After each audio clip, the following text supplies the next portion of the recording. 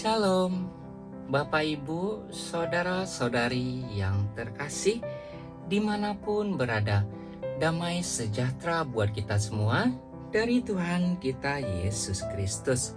Seperti biasanya, setiap hari kita merayakan pestanya orang-orang kudus. Hari ini, hari Senin tanggal 18 April tahun 2022, kita merayakan salah satu pestanya orang kudus, yaitu Beata Maria dari Inkarnasi Pengaku Iman. Saya akan menceritakan bagaimana kisah dan perjalanan Beata Maria ini secara singkat. Dengarkan ya, Bapak Ibu, Saudara-saudari yang terkasih. Kepribadian dan cara hidup Maria dari Inkarnasi membuktikan dengan jelas bahwa kesempurnaan hidup serani bisa juga dicapai oleh orang beriman di luar biara. Ibu keluarga ini sungguh saleh hidupnya dan kokoh imannya meskipun mengalami berbagai cobaan hidup yang berat. Dalam usia 17 tahun, Barbie menikah dengan Petrus Akari, seorang pengacara terkenal.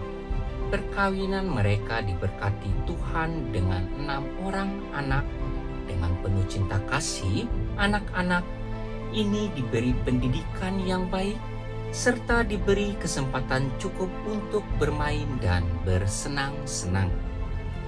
Namun kebahagiaan yang meliputi keluarga ini berangsur-angsur sirna oleh bayang-bayang salib penderitaan. Salib pertama menimpa tak kalah suaminya Petrus Akari dibuang ke luar negeri oleh Raja Hendrik yang keempat dan harta miliknya disita. Sebagai seorang yang beriman teguh, Barbie tak goyah iman kepercayaannya kepada Tuhan.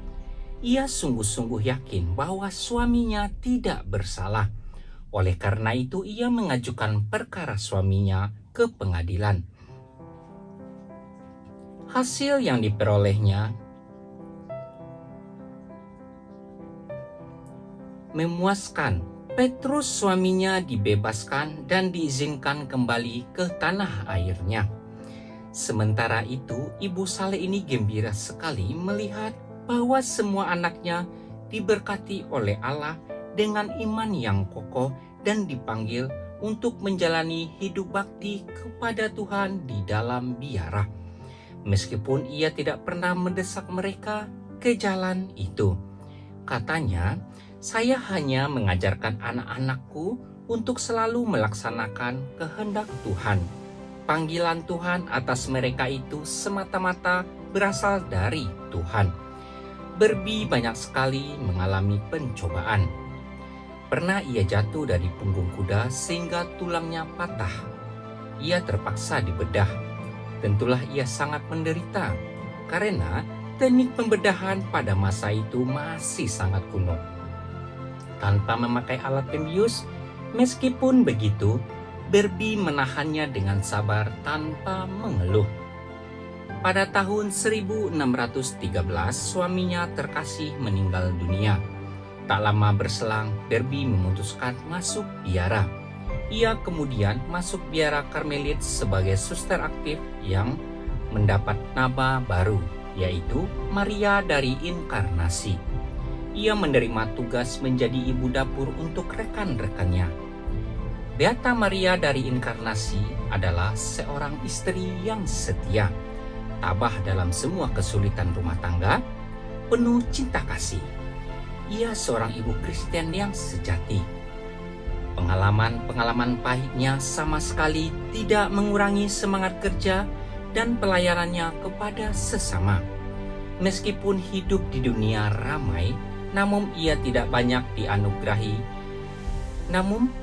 banyak dianugerahi rahmat-rahmat mistik yang tinggi.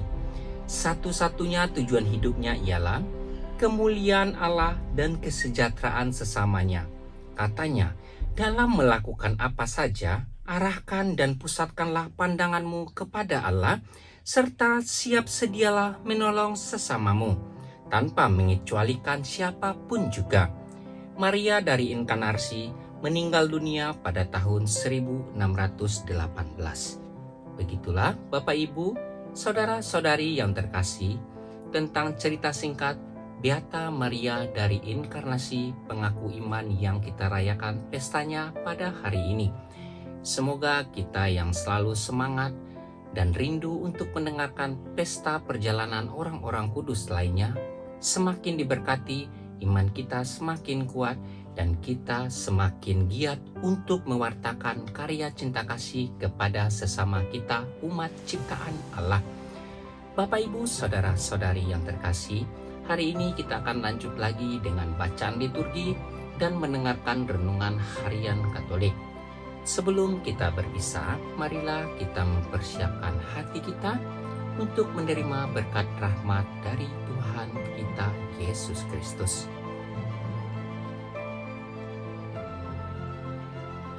Tuhan Yesus memberkati. Amin. Hari ini hari Senin tanggal 18 April tahun 2022. Bacaan pertama diambil dari kitab Kisah Para Rasul 2 ayat 14 dan ayat 22 sampai 32.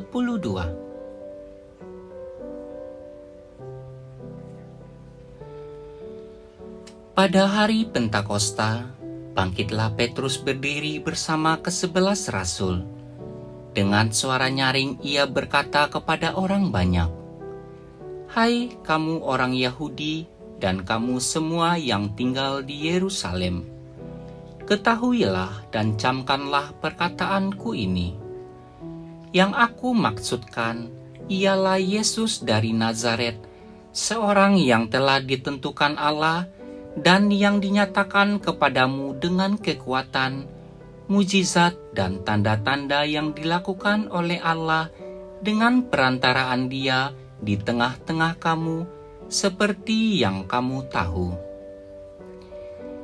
Dia yang diserahkan Allah menurut maksud dan rencananya, telah kamu salibkan dan kamu bunuh dengan tangan bangsa-bangsa durhaka. Tetapi Allah membangkitkan Dia dengan melepaskannya dari sengsara maut, karena tidak mungkin Ia tetap berada dalam kuasa maut itu. Sebab Daud berkata tentang Dia, "Aku senantiasa memandang kepada Tuhan. Karena Ia berdiri di sebelah kananku, aku tidak goyah. Sebab itu hatiku bersukacita dan jiwaku bersorak-sorak, bahkan tubuhku akan diam dengan tentram. Sebab Engkau tidak menyerahkan aku kepada dunia orang mati, dan tidak membiarkan orang kudus-Mu melihat kebinasaan. Engkau memberitahukan kepadaku jalan kehidupan. Engkau akan melimpahi aku dengan sukacita di hadapan-Mu. Saudara-saudara, aku boleh berkata-kata dengan terus terang kepadamu tentang Daud, bapa bangsa kita. Ia telah mati dan dikubur, dan kuburnya masih ada pada kita sampai hari ini. Tetapi ia adalah seorang nabi, dan ia tahu bahwa Allah telah berjanji kepadanya dengan mengangkat sumpah, bahwa ia akan mendudukan seorang dari keturunan Daud sendiri di atas tahtanya. Karena itu Daud telah melihat ke depan dan telah berbicara tentang kebangkitan Mesias, ketika ia mengatakan bahwa dia tidak ditinggalkan di dalam dunia orang mati, dan bahwa dagingnya tidak mengalami kebinasaan. Yesus inilah yang dibangkitkan Allah, dan tentang hal itu kami semua adalah saksi. Demikianlah sabda Tuhan. Syukur kepada Allah. Inilah Injil Tuhan kita Yesus Kristus menurut Matius. Dimuliakanlah Tuhan. Bacaan Injil diambil dari kitab Matius 28 ayat 8 sampai 15. Pada waktu itu, perempuan-perempuan pergi dari kubur, diliputi rasa takut dan sukacita yang besar. Mereka berlari cepat-cepat untuk memberitahukan kepada para murid bahwa Yesus telah bangkit. Tiba-tiba Yesus menjumpai mereka dan berkata, "Salam bagimu." Mereka mendekatinya, memeluk kakinya, dan menyembahnya. Maka kata Yesus kepada mereka, "Jangan takut. Pergi dan katakanlah kepada saudara-saudaraku supaya mereka pergi ke Galilea, dan di sanalah mereka akan melihat Aku." Ketika mereka masih di tengah jalan, datanglah beberapa orang dari penjaga makam Yesus ke kota dan memberitahukan segala yang terjadi itu kepada imam-imam kepala.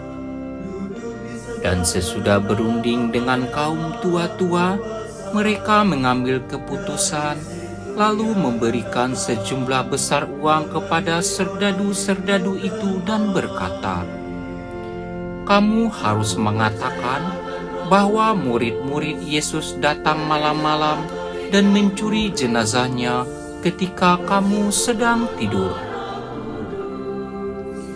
Dan apabila hal ini kedengaran oleh wali negeri, kami akan berbicara dengan dia sehingga kamu tidak beroleh kesulitan apa-apa." Mereka menerima uang itu dan berbuat seperti yang dipesankan kepada mereka. Dan cerita ini tersiar di antara orang Yahudi sampai sekarang ini. Demikianlah sabda Tuhan. Terpujilah Kristus. Renungan Harian Katolik hari ini, hari Senin tanggal 18 April tahun 2022. Setiap hari dalam minggu ini, kita mendengar cerita yang berbeda tentang penampakan Yesus kepada murid-muridnya. Injil hari ini dimulai di tengah kisah ayat 8 sampai 15. Dalam 7 ayat pertama, Matius memberitahu kita bahwa Maria Magdalena dan Maria yang lain telah pergi saat fajar untuk pergi ke kubur Yesus. Ketika mereka tiba di makam, seorang malaikat muncul di hadapan mereka. Malaikat itu kemudian menggulingkan batu dari kubur dan duduk di atasnya. Malaikat itu kemudian memberitahu para wanita bahwa Yesus tidak ada di dalam kubur. Malaikat itu kemudian memerintahkan mereka untuk pergi dan memberitahu murid-murid Yesus bahwa Dia telah bangkit dari kematian. Murid-murid harus pergi ke Galilea. Mereka akan menemukan Yesus di sana. Apakah kedua wanita ini bertanya-tanya apakah mereka mengalami halusinasi? Namun, masing-masing dari mereka telah melihat dan mendengar hal yang sama. Jika Yesus benar-benar hidup, mereka tidak akan meminta apa-apa lagi. Saat para wanita akan menemukan murid-muridnya, Yesus muncul di hadapan mereka. Dia dengan penuh kasih menyapa mereka. Apakah mereka pikir mereka mengalami halusinasi lagi? Namun di dalam hati mereka menyadari bahwa Yesus sedang berdiri di depan mereka. Mereka berlutut di depan Yesus, memeluk kakinya dan memuji Tuhan bahwa Yesus telah kembali kepada mereka. Yesus kemudian menyuruh mereka pergi dan menyuruh murid-murid pergi ke Galilea. Yesus akan ada di sana. Entah bagaimana para penjaga mendengar kisah fantastis ini. Segera mereka pergi ke imam-imam kepala dan menceritakan kisah ini kepada mereka. Para imam kepala sangat prihatin. Jika rumor ini menyebar, mereka akan mendapat malapetaka. Karena itu, para imam kepala memutuskan untuk menyuap para prajurit. Mereka memberi mereka sejumlah besar uang untuk tetap diam. Mereka juga memberitahu mereka jika seseorang bertanya apa yang terjadi pada tubuh Yesus, mereka harus mengatakan bahwa mereka tertidur ketika mereka sedang bertugas. Dan ketika mereka sedang tidur, seseorang datang dan mencuri tubuh Yesus. Para prajurit dengan penuh semangat memenuhi rencana mereka. Sebagai imbalannya, para prajurit terbayar, namun berita tentang kebangkitan Yesus dan kisah para wanita tentang penjumpaan mereka dengan Yesus dengan cepat menyebar ke seluruh Yerusalem.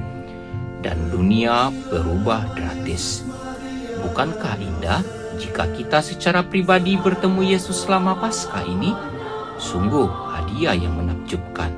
Siapa tahu jika kita memiliki mata, pikiran, dan hati yang terbuka hari ini, kita juga dapat bertemu dengan Yesus. Semoga demikian. Amin.